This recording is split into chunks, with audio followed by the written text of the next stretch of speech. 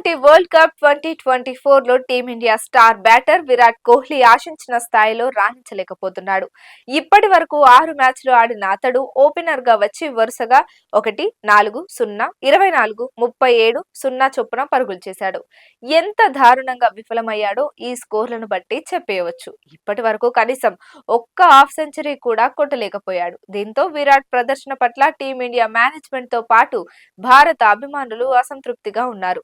New York వేదికగా జరిగిన match లో రాణించలేకపోయిన వెస్టిండీస్ వేదికగా జరిగే కీలక మ్యాచ్ లో రాణిస్తాడని ఆశించినప్పటికీ అతడి ప్రదర్శన మెరుగుపడలేదు. దీంతో విరాట్ ప్రదర్శనపై టీమిండియా మాజీ దిగ్గజం సునీల్ గవాస్కర్ ఆసక్తికరమైన వ్యాఖ్యలు చేశారు. విరాట్ కోహ్లీ క్రీజ్ బయటకు వచ్చి ఆడేటప్పుడు అతడి బ్యాలెన్స్ మరింత మెరుగవ్వాల్సిన అవసరం ఉందని అభిప్రాయపడ్డారు.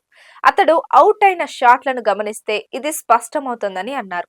యాంటిగ్వాలో బంగ్లాదేశ్ పై మ్యాచ్ లో కోహ్లీ బ్యాలెన్స్ సరిగ్గా లేదని అన్నారు. అవుట్ షాట్లతో అతడి బ్యాలెన్స్ బాగోలేదని అన్నారు.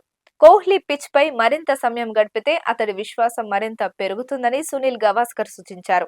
ఇండియా వర్సెస్ ఆసీస్ మ్యాచ్ కు ముందు స్టార్ స్పోర్ట్స్ లో ఈ మేరకు గవాస్కర్ ఆసక్తికరమైన వ్యాఖ్యలు చేశారు.